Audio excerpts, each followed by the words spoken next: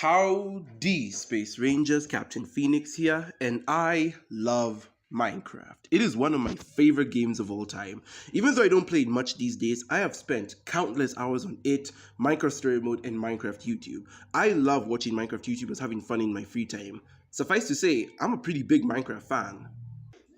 So, you can imagine my anticipation and excitement when I heard that we were gonna get a theatrical Minecraft movie. I mean, I love the game, and I love movies. It was a match made in heaven. But, just like my life, everything that could have gone wrong did. The movie was stuck in production hell for a decade. It wasn't going to be animated, and went through at least 3 script rewrites as far as I know. Despite all this, I had faith Mojang was going to pull through. That is until the first trailer came out, and I and a lot of the internet hated and clowned on that trailer. I even made a video comparing how a fan-made trailer was so much better in comparison. All my hopes and dreams of the movie went down the drain in an instant, and I was beyond pissed. As more trailers came out, the fanbase slowly started warming up to the movie, and even began making memes about it in good faith. Those things work, right? Absolutely.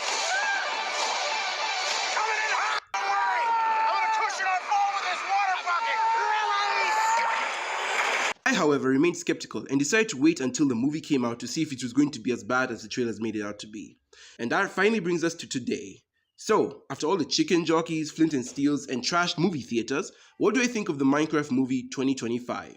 Not very highly. Let's get my biggest issue with this movie out of the way, and that is its lack of depth. This is especially apparent in the characters and their acting. The main character, Henry, is just so bad at acting.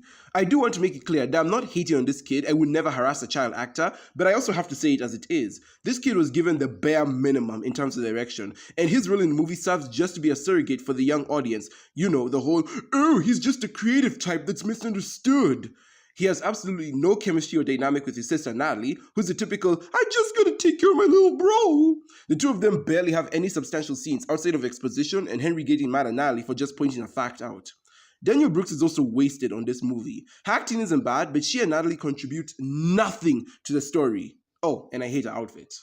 Jason Momoa and Jack Black hard carry this movie, and they do it by playing to the tone. And while Jason plays the comedic aspect of his character well, Jack Black takes it too far. He does the overacting shtick that he's gotten used to in the past couple of years and cranks it up to 11. He overpronounces every single Minecraft item or mechanic and breaks into song about the dumbest thing. The Lava Chicken song was alright, but his songs about Dennis were just unnecessary.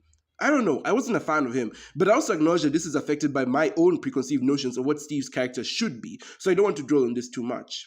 Anyway, I would have been fine with these simple characters if they were at least interesting, but we don't get that. We barely even get arcs. Steve's lesson is that creativity can be applied to the real world, and he just becomes part of society again, barely doing anything for the real world or applying his creativity other than singing at a local arcade.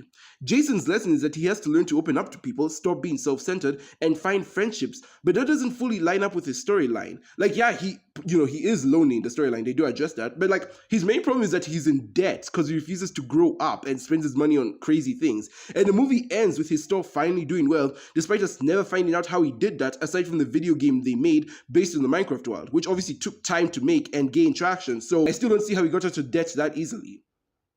This movie is so generic and by the numbers that it pains me. Every cliche you can think of is in here. We have the outcast kid, the wacky series of events that leads to our real world main characters getting trapped in the fantasy world, long exposition scenes, the liar reveal. Hell, they even end things off with a dance party. That's right, even in the year of our Lord 2025, we still have ending dance sequences in kids' movies. The reason this is so insulting to me is because the game is based off Minecraft, the most creative and biggest selling game of all time. This is a sandbox in which you can do literally anything you want. The only, and I repeat, only limit is your imagination. So imagine how lame it is that arguably the most creative game ever gets a movie adaptation that's so creatively bankrupt and sterile. There is not a single original thought or idea put in this thing. And this hurts even deeper when you realize that they could have gone bigger with the concepts if they just made it animated. When I say Minecraft is creative, I mean it. Look at all these cool animations and SMPs that the community were able to make on their own with a fraction of the movie's budget. I used to rule the world. Chose would load when I gave the word. Now every night I go stow away. Hide from the mobs I used to slay.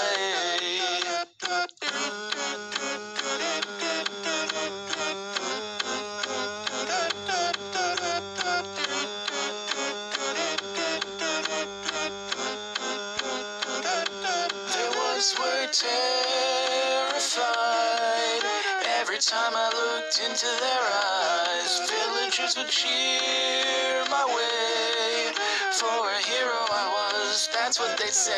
One minute we had it all, next our world began to fall away from all that it had once become. They all cried for my help, but I stood there numb.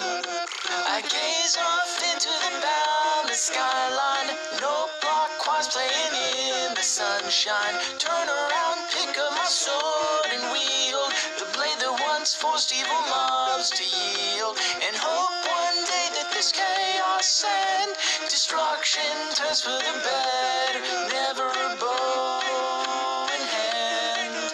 And that was when I ruled the land. The Minecraft movie was always going to be successful, no matter how you look at it or what you did.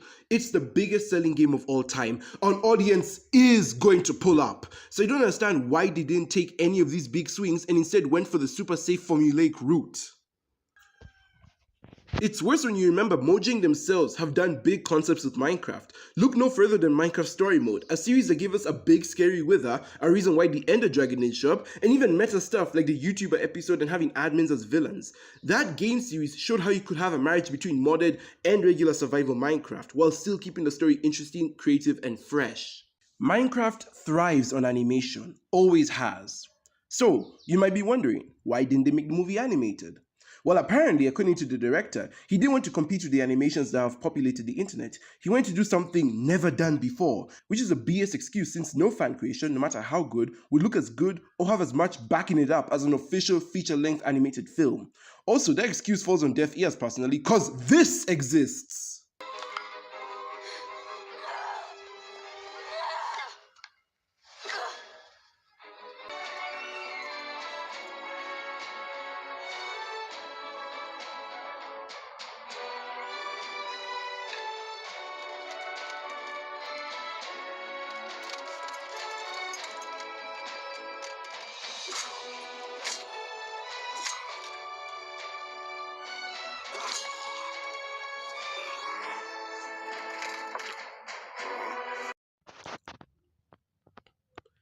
And honestly, the more I talk about it, the more you realize that live action was just not the way to go at all. Just look at the overworld. Sure, it looks colorful and kind of looks like Minecraft because it's blocky, I guess, but it also looks hella confined. I appreciate the fact that the crew built a good chunk of the sets by hand, but it's also painfully obvious what is real and what is a green screen in the background.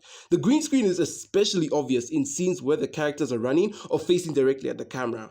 I understand that the whole movie basically had to be CG from the ground up, so not everything can look great, but there's just some parts that look really cheap. It also doesn't help that aside from Steve, none of the main characters ever go to the nether. Hell, we don't even explore other biomes of the overworld aside from the generic meadows, bamboo jungle, and dark oak forest with the woodland mansion. The mobs also don't look that great. Most of them range from uncanny like the villagers to very off like the piglins. I even noticed that some of the animation was janky like the village scene where it looked like none of the villagers, especially the background ones, made contact with the ground. And that's my main issue with this movie's medium.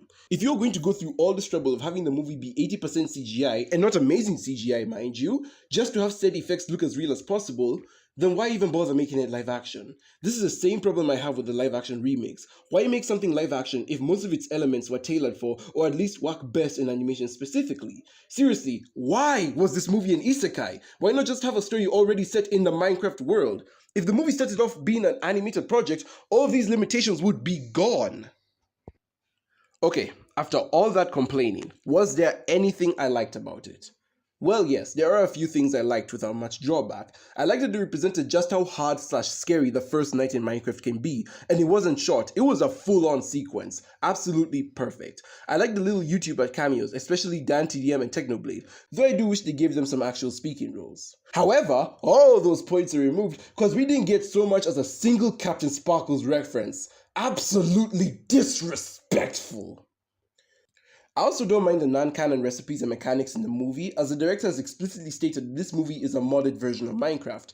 Plus, it makes sense that if you're going to tell your own Minecraft story with your own creative flair, there would be something you'd make up for it that isn't in the game, so it would be kind of wrong for me to critique that.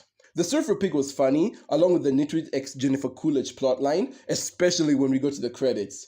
Oh, and this joke actually had me laugh for a minute straight. Do not follow this orb, even if you're a struggling business owner and need a ton of cash fast because there's loads of treasure down here. This movie is so dumb. Though I think that highlights another problem I have with this movie, in that I don't think it's funny. The entire movie is satire, but it commits a sin on itself by being really weak satire. While I would have preferred a high fantasy adventure, I also don't mind a purely comedic Minecraft movie. Jokes and memes have always been a part of the IP's brand since the beginning, so making a funny movie aimed at kids fits, but I honestly did not laugh at a lot of the material they gave me. It should have been funnier. The whole thing comes off as a pale imitation of the Lego movie.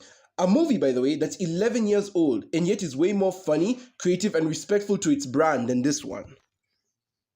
It also feels like a pale imitation of the 2017 Jumanji movie, which, weirdly enough, felt like it had a bigger respect for video games than this movie.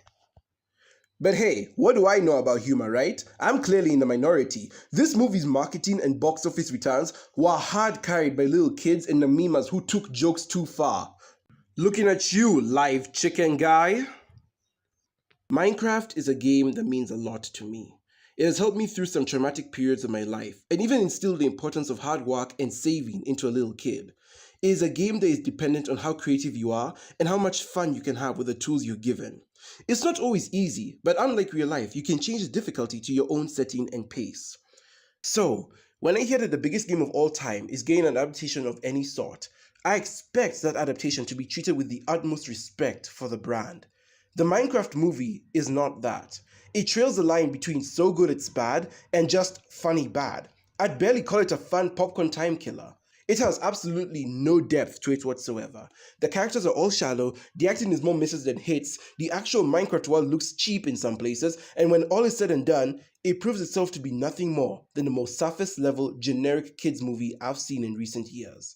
This movie is sauceless. 4 out of 10.